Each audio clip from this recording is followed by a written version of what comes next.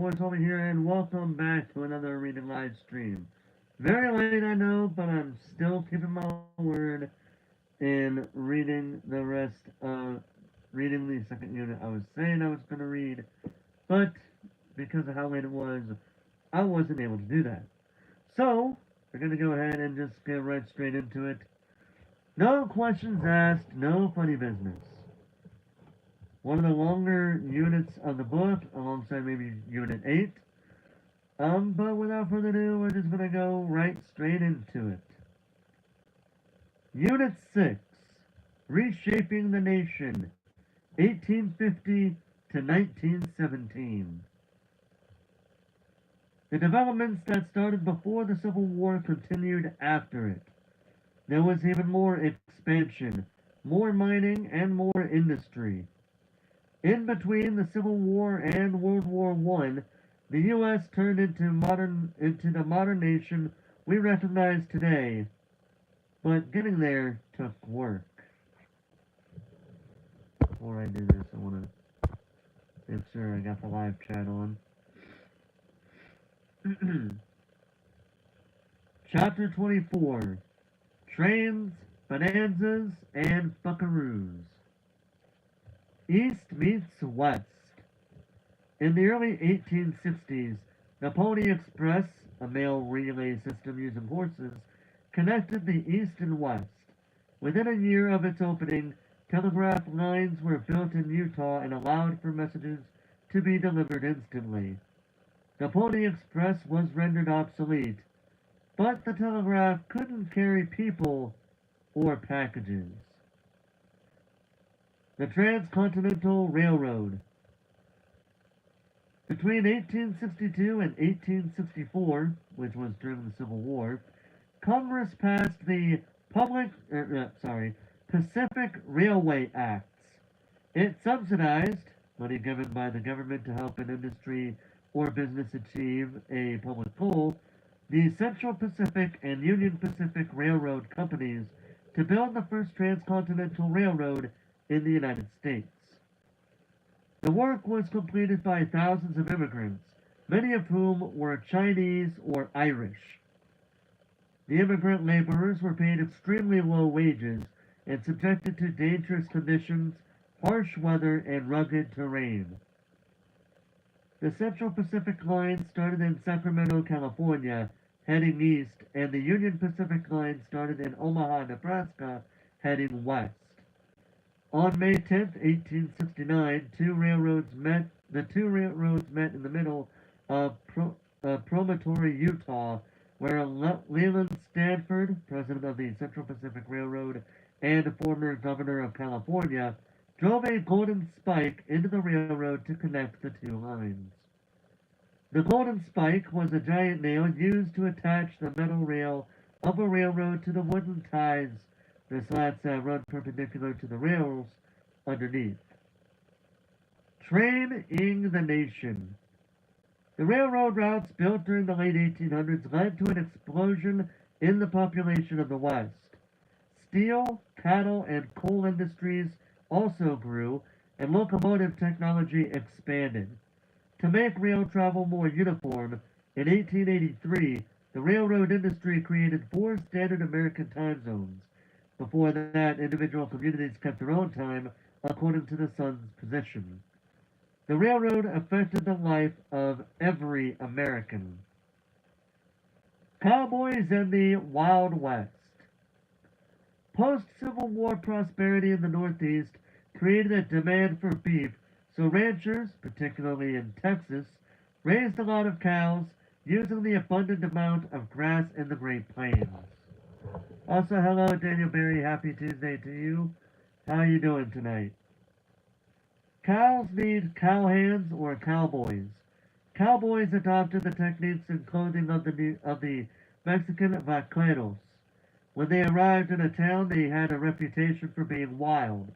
The need for local lawmen or vigilantes, a person without legal authority who takes the law in their own hands. For the modern day equivalent, think of someone like in a way, Batman. Someone where he does take the law into his own hands, but he doesn't go too over the top very often when it comes to that. But anyway, the need for local lawmen or vigilantes to control cowboys and outlaws led to the myth of the Wild West, even though the West was no more wild than the rest of the country. One of the most famous peace officers of the western frontier was Wyatt Earp. Or is that Earp? Earp? I guess. He was also a farmer, buffalo hunter, and gambler, and his participation in a gunfight at the OK Corral made him an iconic figure of the Wild West. Home on the Range. The Homestead Act, passed in 1862, made federally claimed land in the West available to any homesteaders, people who claimed and agreed to settle on land promised to them by the Homestead Act, who wanted to farm it, including women and black Americans. It gave settlers 160 acres of land that often belonged to indigenous people with treaty rights to it to get started. Originally seen as a desert that couldn't be farmed, the Great Plains proved valuable to farmers who were determined to make use of the land. The farmers organized. Here's how it goes to this, alright? From top to bottom, we go population growth leads to more demand for food, which leads to more need for farming, which leads to more profits for farmers, which leads to more farmers, which leads to more food, which leads to too much food, which leads to lower prices. By the mid-1860s, farmers were losing money. They blamed high shipping fees, high costs for supplies, and high interest payments. In 1867, Oliver Hudson Kelley led farmers in creating the National Grange of the Patrons of Husbandry, an organization that provided social services and set up cost-cutting cooperatives for farmers, although the cooperatives weren't successful. So, we got two things highlighted with definitions. So, grange, a place where grain is stored, an association of farmers, and cooperative, an organization in which people share costs and profits.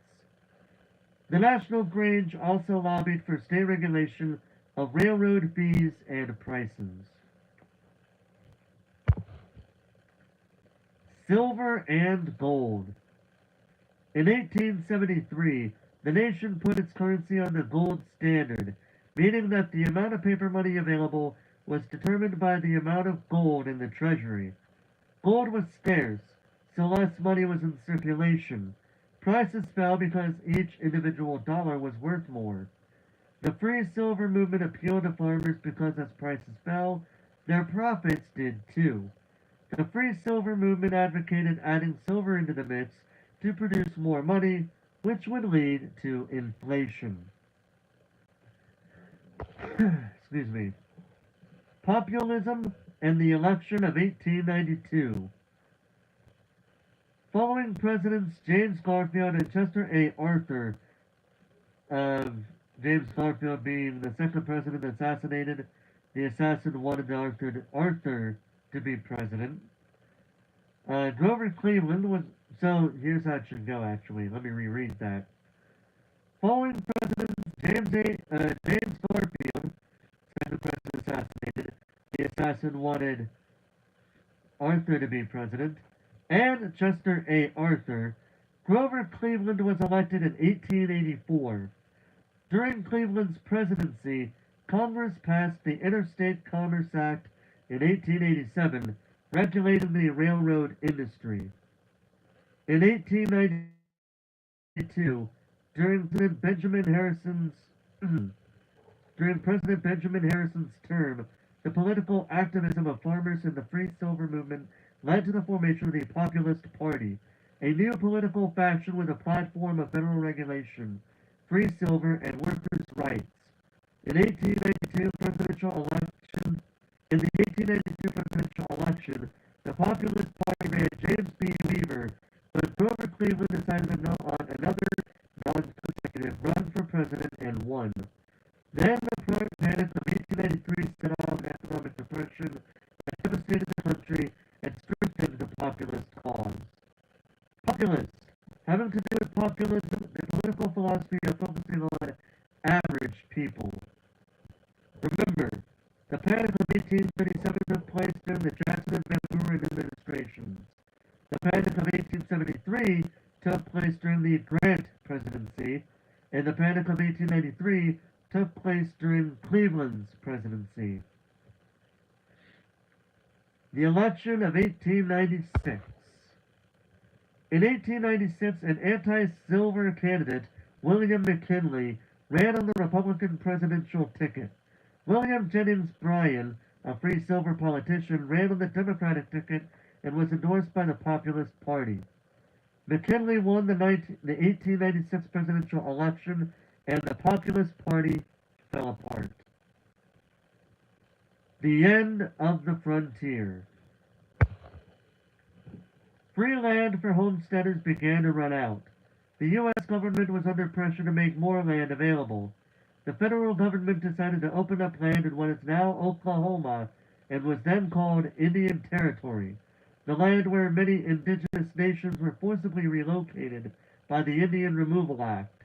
This land was supposed to be a permanent place for indigenous people to settle, and the displaced nations had set up a thriving community there. Even so, this was the last place that the U.S. was unsettled. At noon on April 22, 1889, thousands of settlers rushed into the territory to stake their claims to land. According to the historian Frederick Jackson Turner, the frontier, considered the last of the unsettled land, was finished. Frontier, the border of a settled territory and the area of land near or beyond the border. Oklahomans are known as Sooners because although the land that would eventually become Oklahoma officially opened up on April 22nd, some farmers and ranchers rushed into the territory sooner to claim the best land. Interesting fact, you know?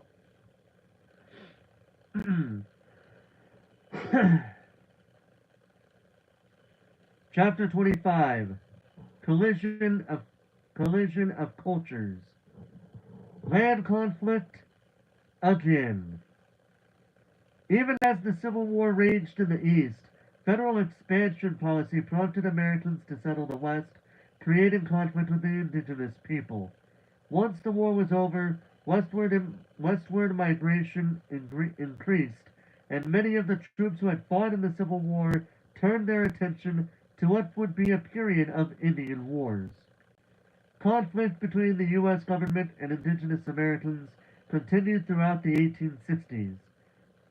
In 1863, the U.S. Army burned Navajo villages to force the people to make the Long Walk, a painful 300-mile trek to their appointed reservation in New Mexico, which killed many Navajo along the way. In 1864, the Colorado militia opened fire on a Cheyenne camp in the Sand Creek Massacre. Although the Cheyenne, led by Chief Black Kettle, retaliated, they eventually agreed to stop fighting. Now, going back to what was said beforehand, where the Civil War, where it says, many of the troops who had fought the Civil War turned their attention to what would be a period of Indian wars. These troops included black men who became known among indigenous peoples as Buffalo Soldiers because of their thick, dark hair. Indigenous culture on the plains. The original inhabitants of the plains of North America were hunting farming societies. Beginning in the 17th century, many of these groups, now expert horsemen, became fully nomadic hunting cultures. These include the Blackfoot, Cheyenne, Kiowa, Ojibwe, Lakota, and Comanche, among others.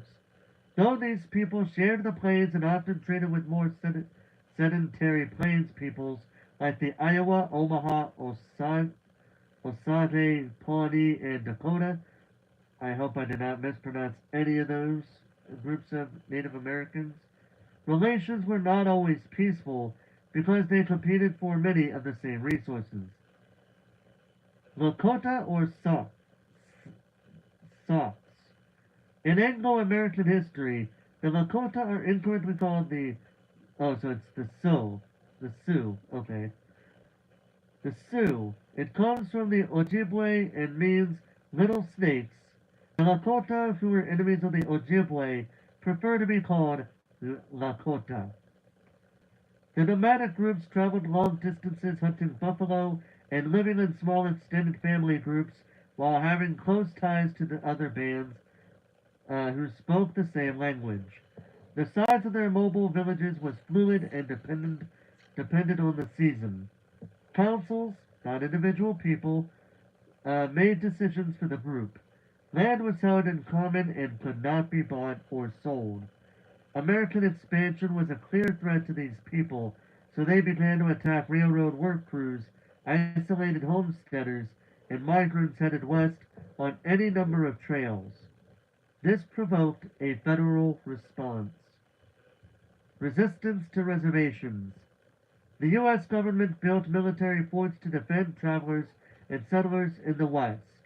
In 1866, a group of Oglala Lakota warriors, led by Red Cloud, began a series of attacks against those forts to defend their territory and discourage continued settler migration.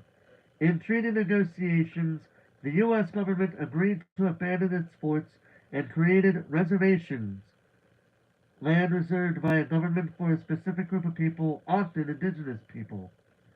The Lakota were removed, often forcefully, from their ancestral lands, with their removals overseen by the Bureau of Indian Affairs.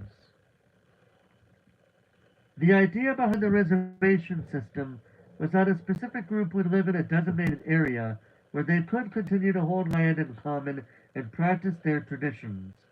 There were two main problems. The territories set aside were rarely large enough to support the group assigned to it, and many groups refused to go. That refusal, and the settlers' greed for the resources on the ancestral lands of indigenous people, provoked a more violent federal response. Custer's Last Stand. In 1874, soldiers led by Lieutenant General George Armstrong Custer discovered gold in the Black Hills region of the Lakota Reservation, as established by the Second Treaty of Fort Laramie. The government asked to buy the land, but Chief Sitting Bull of the Papa band of Lakota refused to sell. As gold hunters flooded the region, Sitting Bull and Chief Crazy Horse of the Oglala Lakota encouraged indigenous people to resist. By 1876, three large groups of federal forces were tracking these bands across the plains to force them onto reservation lands. General Custer led one of these groups. On June 25th, when Custer's scouts spotted a large encampment of Lakota, Cheyenne, and Arapaho on the banks of the Little Bighorn River, Custer took about a third of the 1,200 men under his command to get a closer look.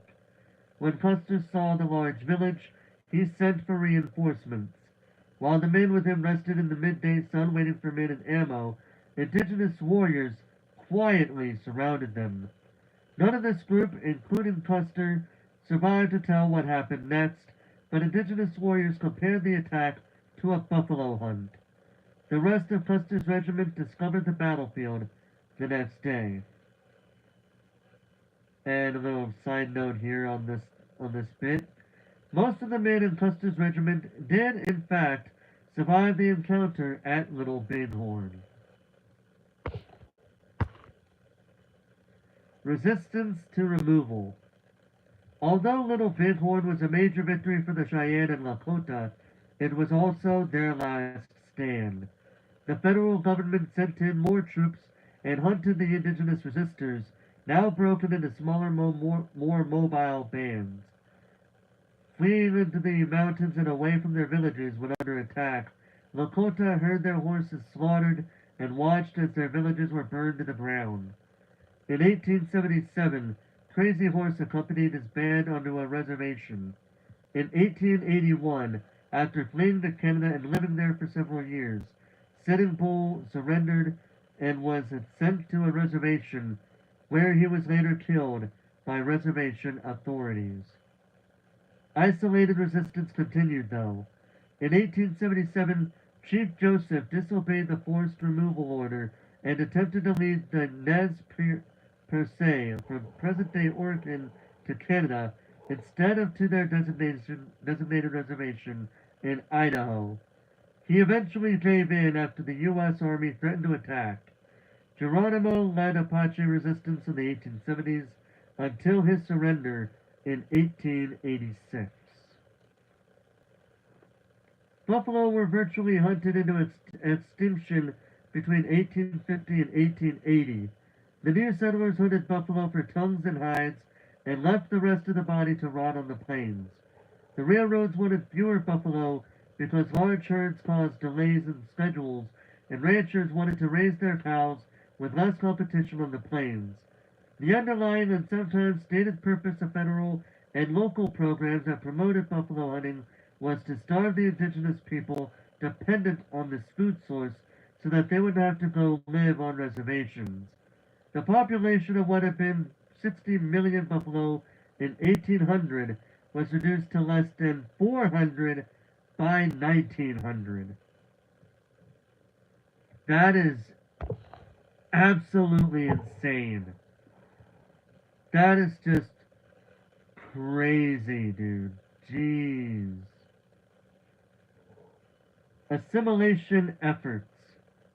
Some Americans called openly for the elimination of indigenous groups actively resisting reservations, whereas others thought that assimilation was a better solution. This echoed President Thomas Jefferson's approach, but it did not keep the Cherokees from being forced to leave their homelands under the Indian Removal Act. The first assimilation strategy employed by the government was to transform the Plains people's relationship to the land. Congress passed the Dawes General Allotment Act in 1887, splitting indigenous American land into privately owned allotments, a portion or share as of land, to be used for farming, which was in direct contrast to their traditional communal ownership of land. Like the Homestead Act, allotments were 160 acres, often insufficient for a family. If the land wasn't used for farming, the federal government could reclaim it and sell it to American settlers. Before we read this next bit here, I want to show you guys something. This shows the loss of reservation land. The top part shows the amount of the indigenous reservations that Native Americans had, and the bottom one shows how much reservation land they have today. Long story short, people be fucking greedy. Cause look at this. They had so much land, and now they don't. Nowadays, according to this, they barely got any left over. People are greedy as fuck. All right. The second assimilation strategy was to forcibly take indigenous children away from their parents and educate them to be culturally American. Why? Captain Richard H. You know what? Hold on. I gotta stop here. This right here, forcibly taking indigenous children away from their parents and educate them to be culturally American. That sounds a bit familiar. Not exactly the same, but if memory is serving me correctly, haven't we had a few moments where children are being have at least been in a position where they were being forcibly deported from this country, and it pissed off the parents of said children?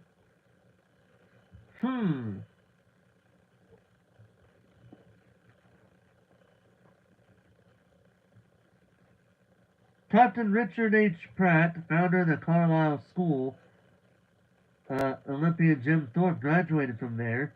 The first boarding school created for this purpose was explicit that his intent was to, quote, kill the Indian, save the man, end quote. As part of this cultural genocide, students were stripped of their traditional clothing, given American names, and punished for speaking their indigenous languages. Sounds pretty fucking racist, doesn't it? And because it practically was. And by 1926, over 80% of school-age indigenous children were living away from their families in more than 350 boarding schools across the nation. They suffered physical and emotional abuse far away from their loved ones, to whom some of these students never returned. The consequences of the psychological damage done to the indigenous children is still being felt generations later. And whoever thought this was a good idea, I'm just going to say, and who still think this was a good idea, fuck you. You're part of the problem. And I'm going to keep saying that for certain things here. Because some of the things that we put non-whites through in our history, honest to God truth, is bullshit. Complete and utter bullshit. But, like I say all the time, we'll get to that when we get to it. Indigenous population in crisis. Many indigenous Americans hoped to reclaim... Sorry.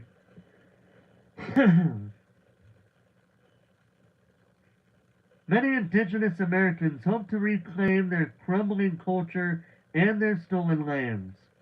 Some turned into a religious movement led by a prophet named Wokova, a peyote medicine man. Based on a vision, Wokova taught that if the Plains people lived good lives and performed the traditional ghost dance properly, the American settlers would disappear and the buffalo would return. The ghost dance movement spread, and fears that it represented a new united coalition of indigenous peoples against the government led yet to another tragedy. On December 9, 1890, American troops attacked and killed up to 300 Lakota, mostly children and older adults, who were gathered for a ghost dance in the Wounded Knee Massacre. That was the last major clash between the U.S. government and indigenous Americans. Over the course of the 19th century, the indigenous population of the United States had fallen from 600,000 in 1800 to less than 230,000 in 1890.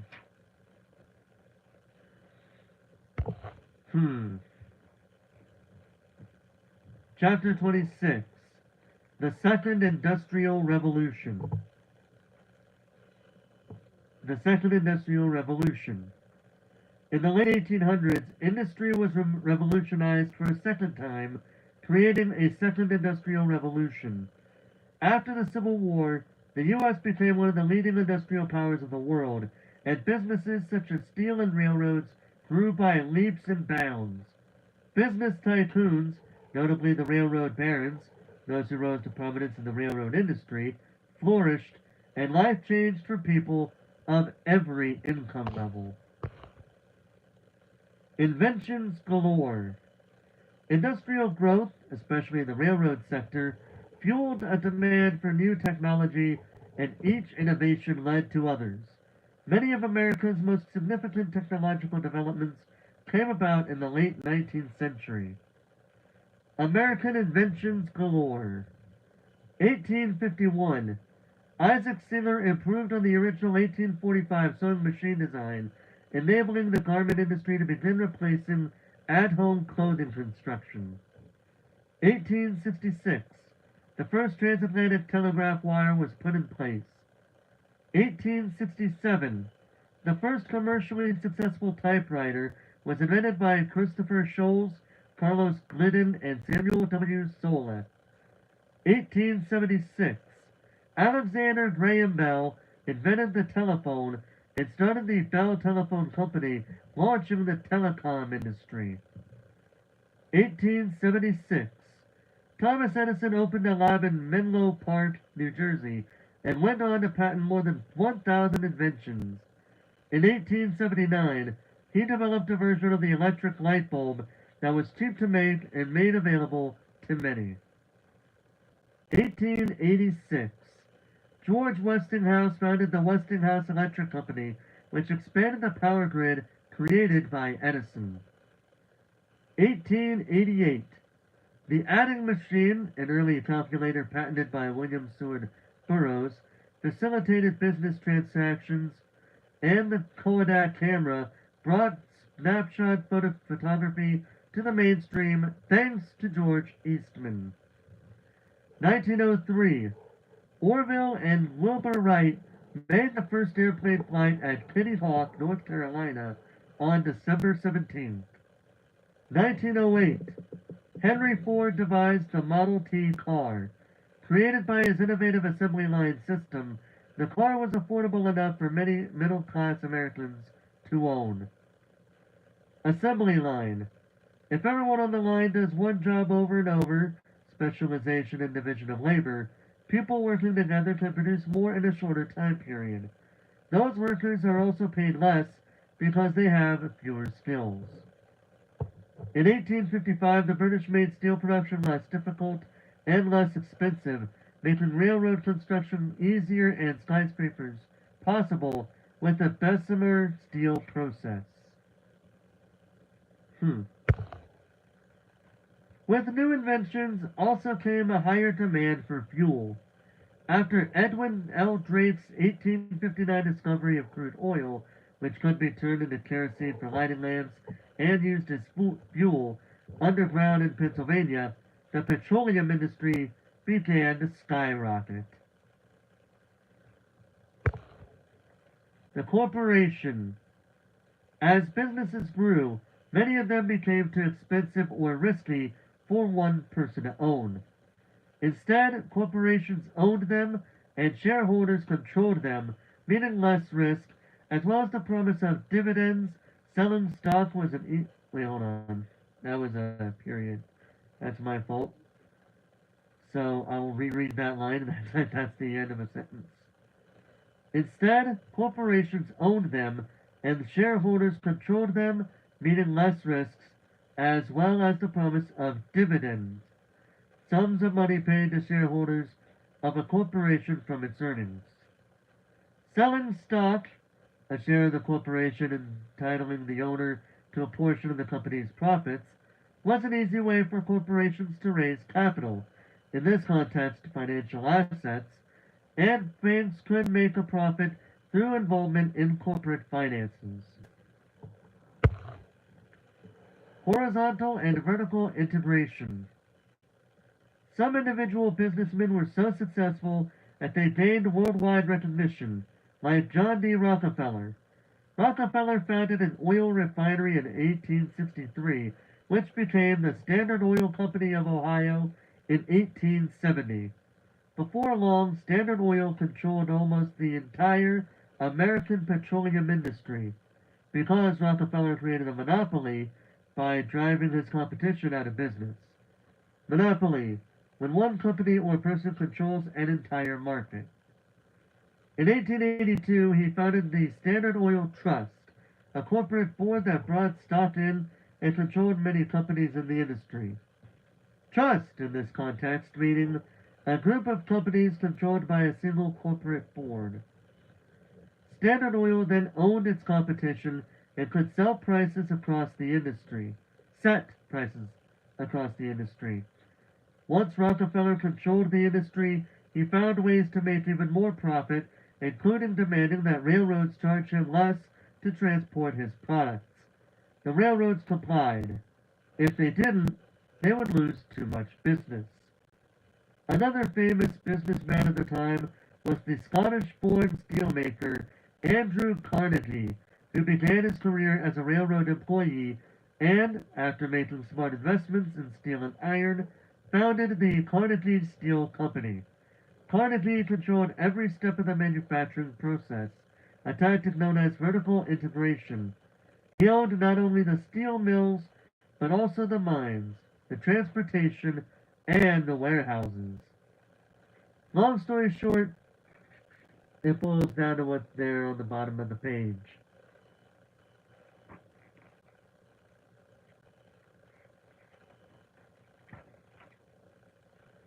He was able to cut costs and ensure a better product.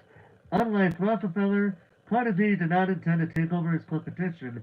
That tactic is known as horizontal integration. Robber barons and philanthropists. There was so much inequality that the period between 1869 and 1896 became known as the Gilded Age, covered in gold but not made of it, because it looked like gold on the outside but was something crude on the inside.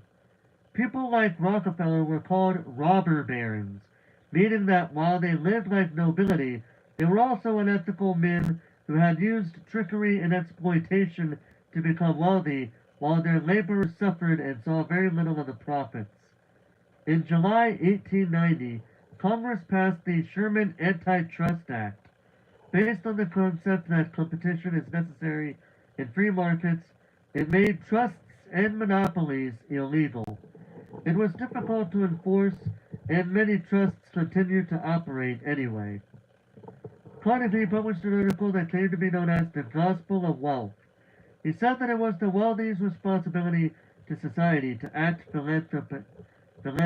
philanthropically. Regardless of how they obtained their wealth, Carnegie and Rockefeller both were philanthropists, giving away large amounts in funding establishments such as Carnegie Hall and Rockefeller Institute. Philanthropist, someone who gives to charity. Life in the factory. Although many businessmen prospered, factory workers faced long hours, low pay, and unhealthy conditions. At this time, factory workers were not only adults, but children as well.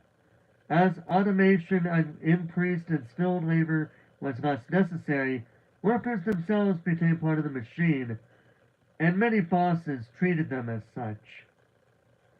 Unions. Although unions and trade guilds had existed before, they grew in size and scope. The first national union, the Knights of Labor, was founded in Philadelphia in 1869. Originally established as a secret society to protect its members from employer retaliation, the organization went public under the leadership of Terence V. Powderly in the 1880s. Unlike most unions, the Knights of Labor welcomed women, black people, and unskilled laborers, but Asians were still excluded. With its large membership, the Knights tried to use the tactic of collective bargaining to secure pay equality and other workplace rights. Collective bargaining, the idea of workers acting together or collectively, giving workers the power to persuade the management to make a compromise. In 1886, Samuel Gompers founded the American Federation of Labor, the AFL, a coalition of many smaller unions of skilled workers which became a much more influential organization. Going on strike. Although strikes helped unions fight businesses, they also sometimes damaged the reputation of the unions, some of which came to be seen as violent anarchist groups. So you got two things here. Strike, when employees refuse to work, usually in an attempt to negotiate a change in working conditions. Anarchist, opposed to government and or law. The Haymarket Affair, Chicago, Illinois, 1886. When the McCormick Harvester Company hired strike-breaking workers, a scuffle followed, killing a union member. This led to a protest at Haymarket Square, in which several civilians and 8 policemen were killed, and public opinion turned against the strikers. The Homestead Strike, Homestead, Pennsylvania, 1892.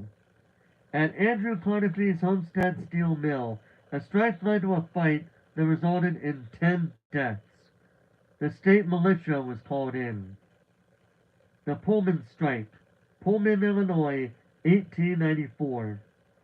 When Eugene Debs, the president of the American Railway Union, led a strike at the Pullman Palace Car Company over pay cuts, President Cleveland called in soldiers to put an end to the strike, which had shut down many railroads across the country.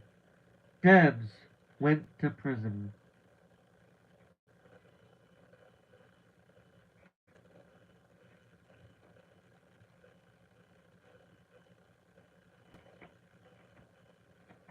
Okay, we're not too far away from it, from the end.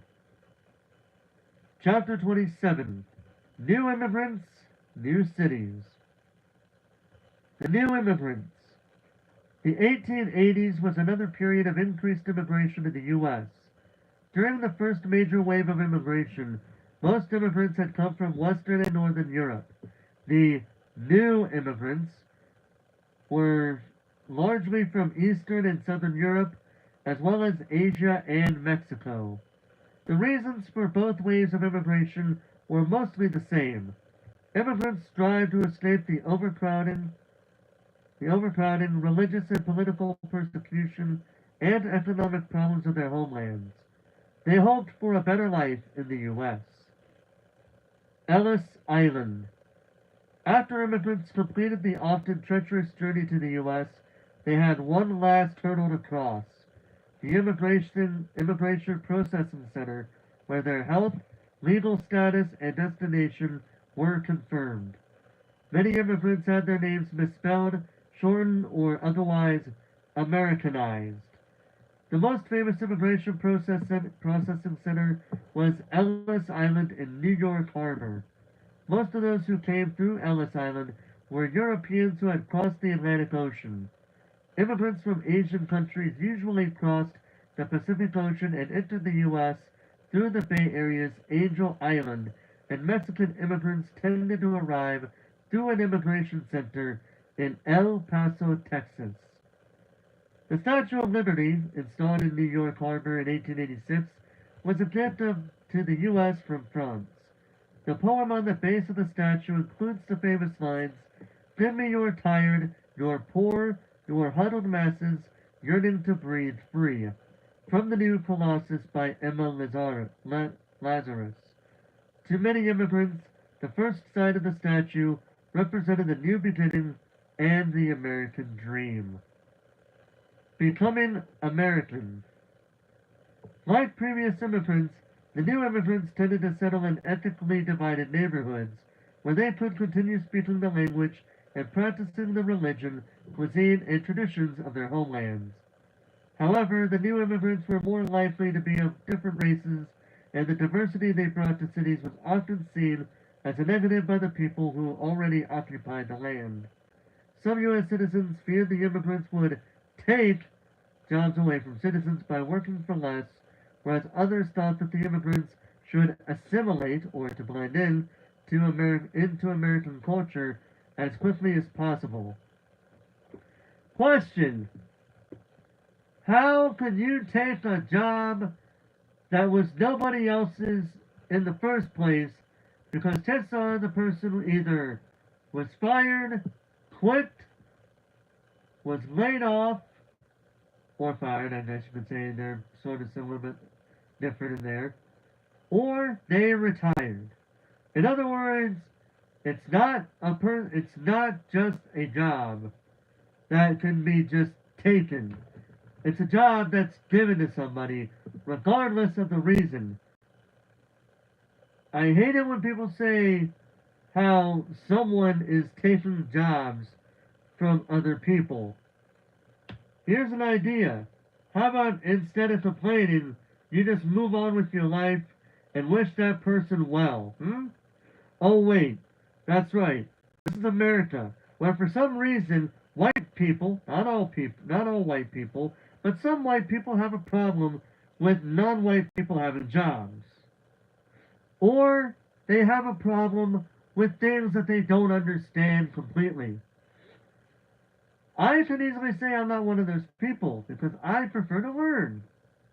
I prefer to learn new things that I never knew before. But not everybody can say the same. Some people would rather be told what they want to hear over what they need to hear.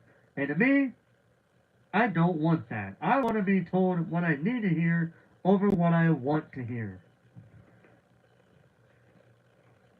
But I know some people didn't read. But nowadays, for some reason, and I don't understand why, People just get so easily offended over the stupidest of things. That's why I don't like cancel culture. That's why I also don't like it when people have to pull out that bullshit of go back to where you came from, or go back to name of country here, or even better, we speak English here. Like, to me personally, I don't care what language you speak, as long as you live a good, happy life in this country. And if anybody got a problem with the illegal immigrants coming into this country, let me remind you, and this can be looked up by the way, there is a process for an illegal immigrant to become a legal citizen in this country. True statement. As I said, look it up. It's not you. It will be there. Nativism and opposition to immigration was on the rise again. Racism against immigrants of color increased and would become formalized. Again, because people are fucking assholes.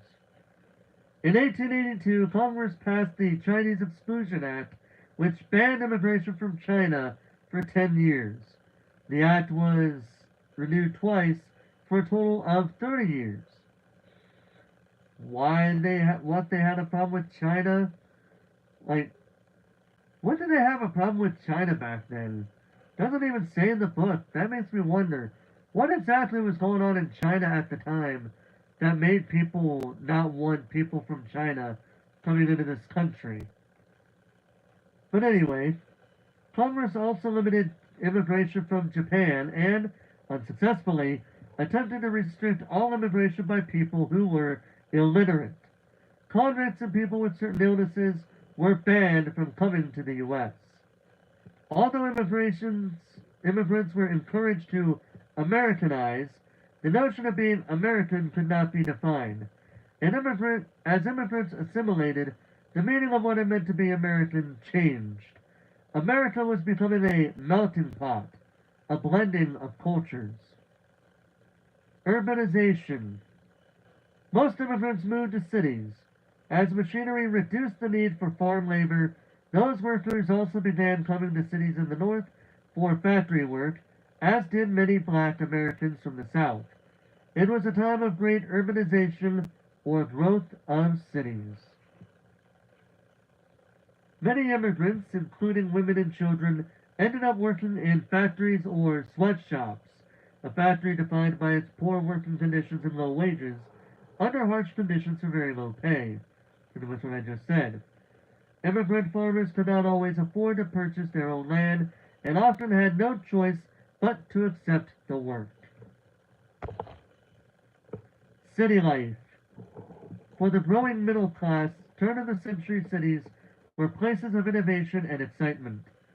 The steel industry and the invention of the elevator, patented by Elisha Otis, allowed buildings to be taller, building up rather than out converse city space. The first skyscraper was a 10-story building constructed in Chicago in 1884. Next time you're in an elevator, look for a logo. The Otis Elevator Company is still a major producer of elevators. Public transportation enabled travel.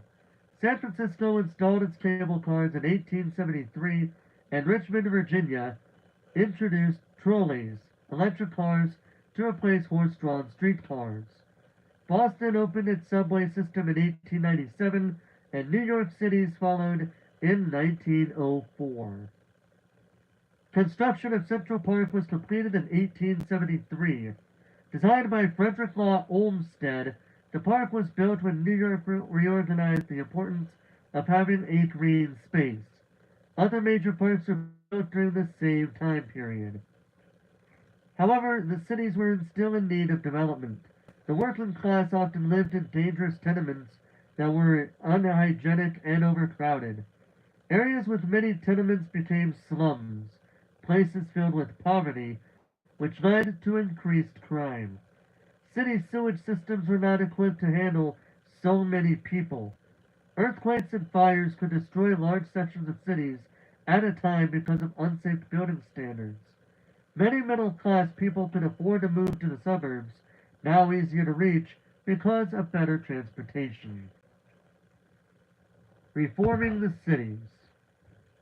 Local governments did little to address the problems of the cities, especially for immigrants. However, individual activists tried to make a difference. Photojournalist Jacob Riss took photos of slums to expose their terrible conditions. Others set up settlement houses to provide social services to people living below the poverty threshold. New York's Neighborhood Guild, founded in 1886 by Charles Stover and Stanton Coit, was the first. The most famous settlement house was Chicago's Hull House, founded in 1889 by Jane Addams and Ellen Gates Starr.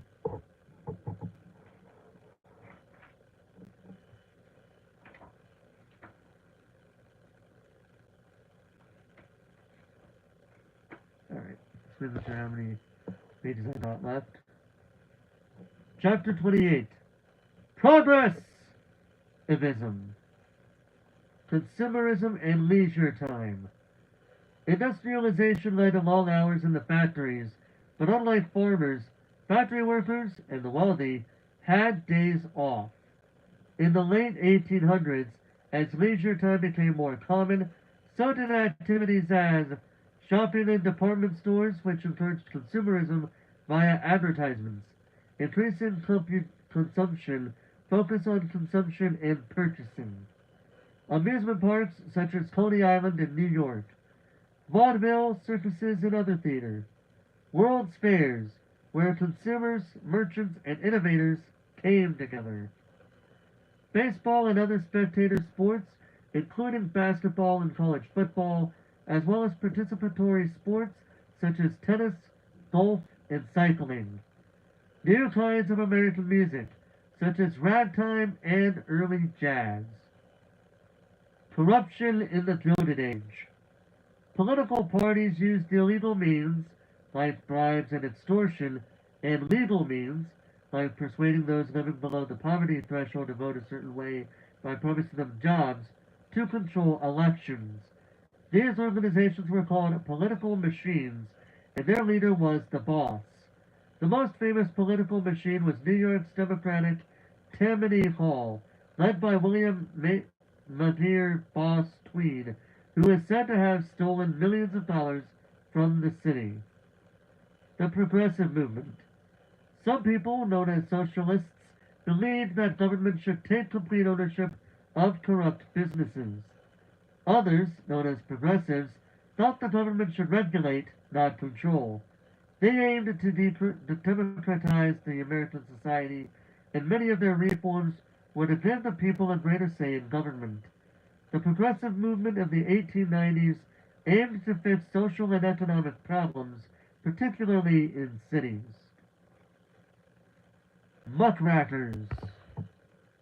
The progressives gained support for their cause from journalists known as muckrakers, who exposed the muck of society. Famous muckrakers included Ida Tarbell, who exposed the Oil Trusts in her book, The History of the Standard Oil Company, published in 1904. The History of the Standard Oil Company, released in 1904. Upton Sinclair, who wrote about the meatpacking industry's awful labor conditions in his novel The Jungle, released in 1906, and Jacob Riis, who displayed tenement life in his book of photographs, How the Other Half Lives, released in 1889. Another muckraker, Nathan Steffens, exposed political machines. Reformers and their projects. Many of the most active progressives in the country were middle-class women who were well-educated but were expected to stop working outside the home when they got married. By the turn of the century, families tended to be smaller, and technology, like the vacuum cleaner, helped with housework, freeing up more women's times to create change. Many reform movements grew. Political reform. Supported by President Arthur, the Pendleton Civil Service Act of 1883 created a civil service exam to evaluate job candidates on the basis of merit, putting an end to the spoil system at the federal level. Political reform continued. Wisconsin held the first primary election in 1903, prompting voters to become more involved in national politics. Oregon introduced voter initiatives for citizens to propose laws, referenda to approve laws, and recalls to remove officials before the end of their term, allowing voters more control over state politics. Adopted in 1913, the 16th Amendment established a federal income tax, which gave government funding to do, in the progressives' view, great things. Ratified in 1913, the 17th Amendment gave the people the right to elect their senators directly rather than through the often corrupt state legislatures. Education reform. Progressives like John Dewey advocated changes in public education to place greater emphasis on understanding rather than on rote memorization. Settlement houses offered some of the first kindergarten classes. Compulsory education laws were designed not only to educate children, but to eliminate child labor. That's a good thing. Anti-alcohol reform, temperance. Organizations like the Women's Christian Temperance Union and the Anti-Saloon League worked to prohibit alcohol, which they saw as the cause of social problems. Temperance, abstaining from drinking alcohol. Temperance activists Carrie Nation charged into saloons and destroyed liquor bottles with an axe. Wow. That, I mean, if that's the John Doe, but that's honestly a bit crazy to go that far. Ratified in 1919, the 18th Amendment began Prohibition, the period during which the production, sale, and transport of alcohol were illegal in the U.S. Prohibition, period in American history when alcohol was illegal. Well, we all know how well that turned out, don't we?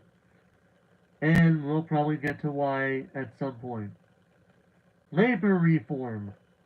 Since children could be paid less than adults, child labor was commonly used. Many people advocated placing limits on child labor, but congressional limits were deemed unconstitutional. In 1905, a socialist union called the Industrial Workers of the World was established, and it welcomed women, minorities, and others who could not join the American Federation of Labor, the AFL. Labor reform continued. Following the 1911 Triangle Shirtwaist Company factory fire in New York, which killed nearly 150 workers, mostly young women, who were locked inside by the company owners to prevent theft, the International Ladies Garment Workers Union advocated for increased workplace safety. In 1912, Massachusetts created the first minimum wage law. Shirtwaist, a common term for a lady's shirt during the early 20th century. Women's rights. Once slavery was banned, many former abolitionists turned their attention to women's suffrage. In 1869, the National American Woman Suffrage Association, or the NAWSA, was formed, and its leaders were Elizabeth Cady Stanton, Susan B. Anthony, Anna Howard Shaw, and Carrie Chapman Catt. Suffrage, the right to vote. In 1920, the 19th Amendment was ratified, which prohibited state and federal governments from denying citizens the right to vote based on gender. At last, women had the right to vote, but it was not universally enforced. States passed laws that stopped black women from voting, and indigenous and Asian women were not legally considered citizens, so the amendment did not protect them. Anti-discrimination movements. The American Jewish Committee and the Anti-Defamation League fought anti-Semitism, hostility, or prejudice against Jewish people. The Society of American Indians advocated for indigenous American rights, took that long enough, and the Mexican American Mutualistas assisted those living in the barrios, labor camps, or predominantly Spanish-speaking neighborhoods. Mutualistas, community-based aid groups. Other groups facing discrimination included Catholics, Asians, and black people. Within the black community, two major schools of activism emerged. One was led by Booker T. Washington, who believed that education and financial stability were the keys to equality. That is, if the black community persevered, equality would automatically follow. Washington struck the Atlanta Compromise with Southern white leaders, which said that black people should be resigned to white political rule as long as they could receive education and economic equality. On the opposite side of the spectrum was W.E.B. Du Bois, who believed that legal equality for black people would put an end to injustice. Du Bois used the term the talented tenth to describe a class of leaders in the black community that he believed would help create social change. In 1881, Washington founded the the Tuskegee Institute, an agricultural and industrial school in Alabama, and in 1909, Du Bois helped found the National Association for the Advancement of Colored People, or NAACP. It remains one of the most influential civil rights organizations in the U.S. Another significant black American figure of the time was George Washington Carver. A member of the Tuskegee faculty, Carver revolutionized Southern agriculture by developing hundreds of uses for peanuts and other crops that were alternatives to cotton. Yeah, that shouldn't be too far off.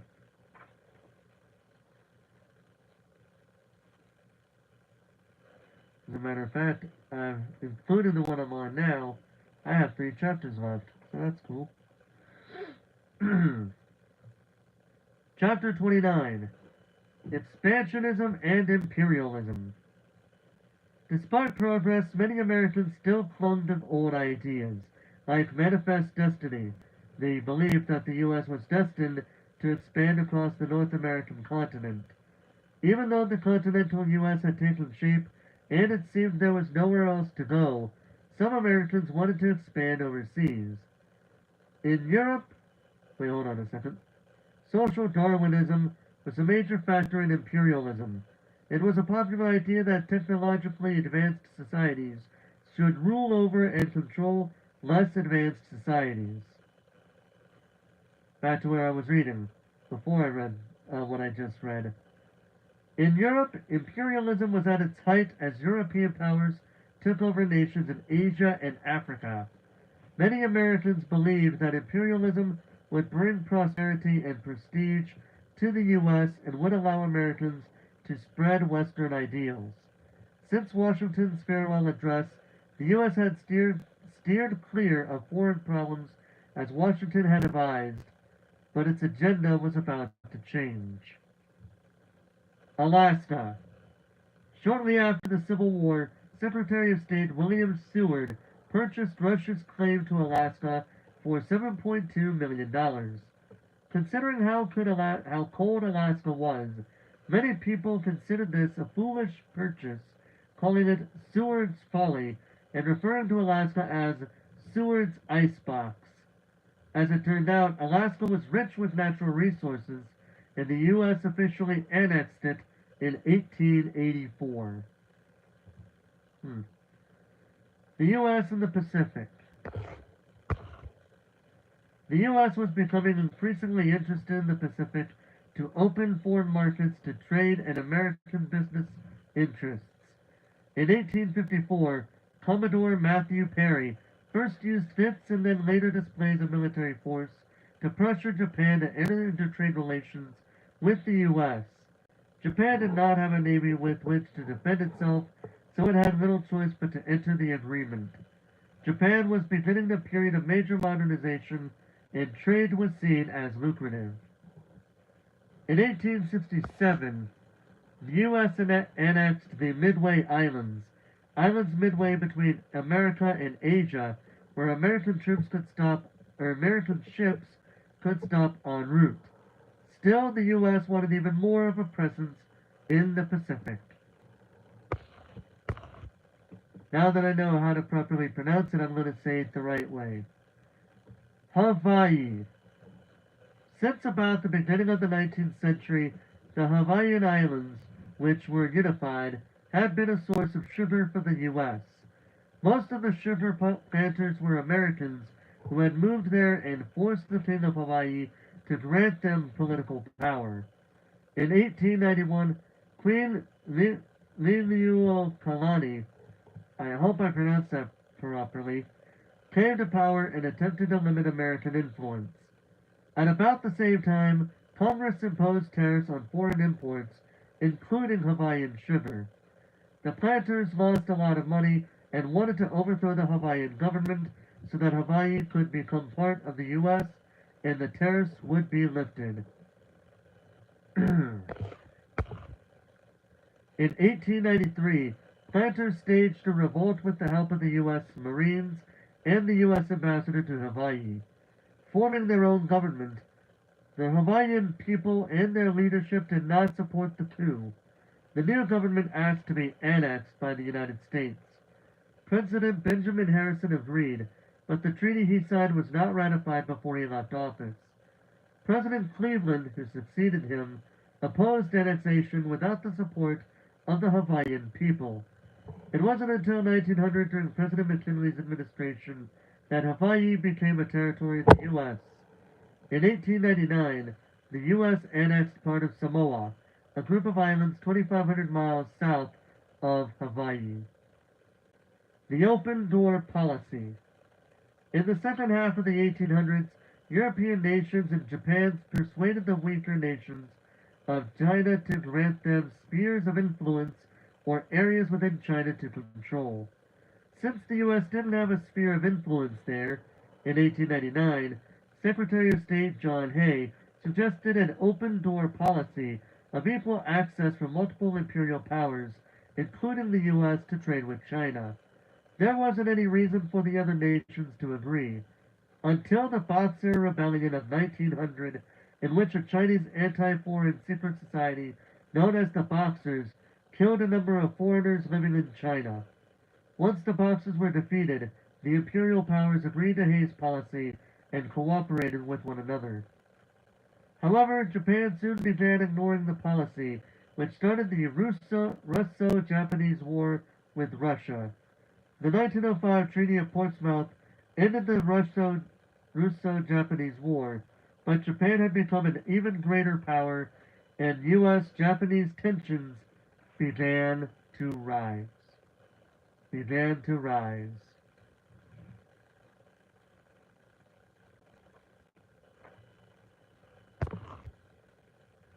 Chapter 30. Spanish-American War. Rebellion in Cuba. While U.S. influence was expanding, Spanish influence was shrinking. Many of Spain's colonies in the Americas declared independence, and those remaining were eager to be free of Spanish rule. In 1895, Cuban revolutionary Jose Marti returned from exile to lead the fight for Cuban independence. This worried many in the U.S., who were concerned about trade with Cuba and the island's proximity to Florida. However, neither President Cleveland, who was in his second term at the time, nor his successor, President McKinley, wanted to interfere. Yellow journalism. The fighting in Cuba became very violent, and Spanish troops treated Cuban prisoners terribly. The American public was shocked, but shock sold newspapers. In a tactic known as yellow journalism, Joseph Pulitzer and William Randolph Hearst exaggerated and sensationalized the stories, stirring up public fury. They were in competition with each other, and scandals sold well. Remember the Maine. McKinley wished to avoid war. However, uprisings in Havana, the capital of Cuba, put Americans in the area in danger. McKinley sent the ship USS Maine to Havana in January 1898 to protect them. With no warning, the ship exploded on February 15th. Although evidence later suggested that it was an accident, Spain was blamed, and Remember the Maine became a rallying cry for war. On April 20th, Congress recognized Cuban independence and demanded that Spanish troops leave the island. In the Teller Amendment, the U.S. said that it had no interest in controlling Cuba.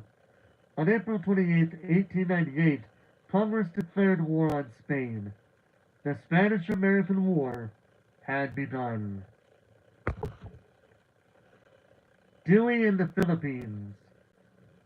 The Philippines were another holding of the Spanish Empire, and like the Cubans, the Filipinos wanted independence and revolted in the 1890s. When Commodore George Dewey led an American fleet to the Philippines on April 30th, 1898, he had the support of the Filipino people because they thought Americans were helping them win independence. On May 1st, in the first battle of the Spanish-American War, Dewey destroyed the Spanish ships in Manila Harbor. It turns out that the U.S. made a secret deal with Spain to win the battle and take control of the city, keeping Filipino forces out of the city center, a betrayal that prompted the Philippine-American War. The Rough Riders. Although the Navy did much of the fighting, the Army also played a role in the Spanish-American War.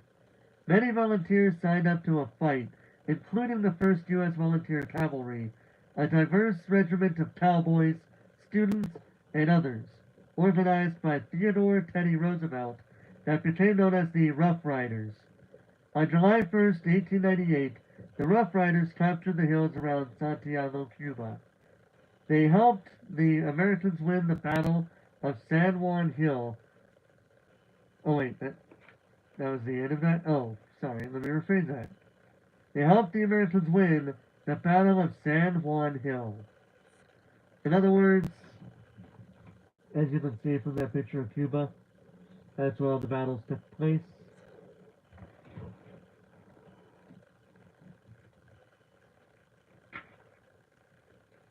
The Treaty of Paris. Again. On August 12th, only a few months after fighting had begun, an armistice, a temporary end to hostilities by warring parties, a truce, was declared. Hold on. An armistice was declared. The Spanish Empire was over, and the fighting had cost very few American lives. In fact, many more Americans died of tropical diseases than of battle wounds. In the 1898 Treaty of Paris, signed on December 10th, Spain ceded control of Cuba, Puerto Rico, Guam, and the Philippines to the U.S. Remember, the 1763 Treaty of Paris ended the 7 Years' War. The 1783 Treaty of Paris ended the Revolutionary War, and the 1898 Treaty of Paris ended the Spanish-American War. Expansionism expands. The United States, instead of Spain, was now the colonizing power of the Pacific. Many Americans, including the founders of the Anti-Imperialist League, thought that the island countries should be given their independence, what they were fighting Spain for in the first place. To do otherwise would be an anathema, or something hated, to American democratic ideals, and betray Americans' own history of fighting for independence from British colonialism. Others argued that colonies would provide the U.S. with markets, resources, naval stopovers, and places to spread those democratic ideals. The U.S. chose imperialism, and though each country was handled differently, all were denied independence. Here's what happened. Cuba became an American protectorate. A country... actually, it's about to be described here, so I'm not going to say the actual thing. American protectorate, an independent country with American oversight and military protection. When Cuba rewrote the Constitution in 1901, the Platt Amendment specified that the U.S. still had a right to make decisions for the Cuban government and that the U.S. could maintain a military presence at Guantanamo Bay. The Philippines became an American colony, prompting their president, Emilio Aguinaldo, to lead another fight for independence. This was the Philippine-American War, in which the Philippines fought for independence against their new colonizer, the U.S. This second struggle in the Philippines was much more challenging for the U.S., but the U.S. managed to capture Aguinaldo in 1901. In 1946, the Philippines became independent by allowing the U.S. to retain military bases there and agreeing to trade agreements favorable to the U.S. Puerto Rico and Guam became territories, meaning that they were governed by the U.S. and remained under U.S. control. In 1917, Puerto Ricans gained citizenship.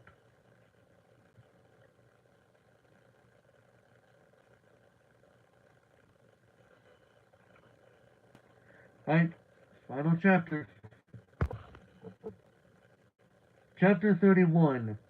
A Man and His Plan. More Imperialism. Hero of the Spanish-American War, Teddy Roosevelt became governor of New York and then vice president during President McKinley's second term. When McKinley was assassinated by an anarchist in 1901, Roosevelt, who was 42, became the youngest person to be a U.S. president. Roosevelt became known as the first conservationist president, founding the U.S. Forest Service. For his work helping to negotiate the Treaty of Portsmouth to end the Russo-Japanese War, Roosevelt also won the Nobel Peace Prize. Roosevelt was the inspiration for the teddy bear. He loved to hunt, but during a hunting trip in 1902, he decided not to shoot a bear captured by others in his party. A toy maker heard this story and named the stuffed bear toy he was making after the president. The Panama Canal. The distance between the U.S.-controlled land in the Pacific, the Philippines and Hawaii, and the Atlantic Caribbean, Cuba and Puerto Rico, made it difficult for U.S. ships to travel from place to place. The Isthmus of Panama seemed like the perfect place for a canal connecting two oceans. Isthmus, a narrow piece of land connecting two larger land masses. It actually even shows what it looks like in this picture right here. Right there. The narrow piece of land was owned by Colombia. Knowing that the people of Panama were planning a revolution against Colombia, Roosevelt sent a warship to block Colombian troops from reaching the uprising. The Panamanian Revolution was successful. Roosevelt quickly recognized the new nation and negotiated a 99-year lease on the 10-mile-wide canal zone. The 1903 Hay-Bunau-Varilla Treaty established the canal zone and the right of the U.S. to protect it. Construction of the Panama Canal began in 1904. The work was dangerous, mostly because of malaria and yellow fever carried by mosquitoes, and many workers died before construction was completed 10 years later. On August 15, 1914, the Ancon was the first ship to make the crossing. Speak softly and carry a big stick. Roosevelt believed that the U.S. had the right and the responsibility to act in Panama as it did. Roosevelt was famous for saying that one ought to, quote, speak softly and carry a big stick, end quote. That is, as the U.S. took greater charge of the Western Hemisphere, Roosevelt saw the nation's role as that of a police officer and reminded other nations of the power of the American military, the big stick. The Roosevelt Corollary. The Monroe Doctrine had warned European nations not to interfere in the Western Hemisphere. At that time, the U.S. didn't have the military power to support that warning. By 1900, that was no longer the case. When several Latin American nations defaulted to European countries, Roosevelt worried that those countries would begin to interfere in the Western Hemisphere. To avoid European interference, he released the Roosevelt Corollary to the Monroe Doctrine. Corollary, a conclusion that follows naturally from another proposition. It said that the U.S. would only interfere in Latin American countries if those countries couldn't pay their debts or posed a threat to the United States. The U.S. used this to justify imperialistic interference in many Latin American countries, often for economic and political advantage. Roosevelt and the Square Deal. Roosevelt viewed the presidency as a bully pulpit or powerful platform to advocate his political agenda. He was the first president to enforce the Sherman Antitrust Act, fighting trusts that he singled out for working against the public good, a practice that earned him the name Trust Buster. In 1902, during a United Mine Workers strike, Roosevelt was the first president to threaten to use the army to break the strike on behalf of the Union. He persuaded the company to agree to arbitration, deciding on a question by presenting it to an arbitrator, a third party, usually used to avoid going to court or having a strike. In his bid for re-election in 1904, Roosevelt ran on the platform that every American deserved a square deal and easily won. His square deal program included controlling corporations and fighting corruption, protecting consumers. He passed the Meat Inspection Act and the Pure Food and Drug Act of 1906, conserving natural resources. Taft, a progressive? Roosevelt wanted Republican William Howard Taft to succeed him as president. In 1908, Taft defeated the Democratic nominee William Jennings Bryan and Eugene V. Debs, who ran on the socialist ticket. Taft supported the 16th Amendment to establish federal income taxes and the 17th Amendment to establish the direct election of U.S. senators. However, Taft didn't lower tariffs or support conservation. Dollar diplomacy. Whereas Roosevelt's big stick was the military, Taft preferred a big wallet. He encouraged dollar diplomacy, using business investments and international loans to increase American influence in Latin America and East Asia. Taft was reluctant to resort to violence, but did sometimes use the military to protect American investments, which led to the resentment in South and Central America. The Progressive Party. A rift developed between Roosevelt and Taft, and Roosevelt chose to run again for president in 1912, even though the Republican Party still supported Taft. Roosevelt formed the Progressive Party, also known as the Bull Moose Party. A bull moose is just a male moose, not some weird mutant bull moose thing. But he succeeded only in splitting the Republican vote. As a result, the Democrat Woodrow Wilson was elected president. Don't forget the priorities and values of the Democratic and Republican political parties have changed since these parties were established in the late 1700s. Progressivism under Wilson. Except when it came to segregation, which he supported, Wilson was progressive in his policies. During his 2 terms, progressive advances included the Clayton Antitrust Act of 1914, which further limited the ability of companies to form monopolies and increased government regulatory power. The Federal Reserve Act of 1913, which created the Federal Reserve Board, the Fed, to oversee the federal banks and control interest rates. The Underwood Tariff of 1913, which decreased tariffs. The creation of the Federal Trade Commission in 1914, which enforced trade laws. The Keating-Owen Act of 1916, which limited child labor, though was later struck down. The Mexican Revolution and Pancho Villa. President Wilson was more opposed to imperialism than his predecessor. His policy of moral diplomacy involved doing business only with countries that were free and democratic. However, when the Mexican Revolution began in 1910, Wilson decided to use military force.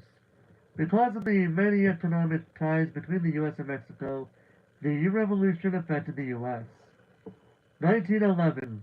The reformer Francisco Madero overthrew dictator Porfirio Diaz. 1913.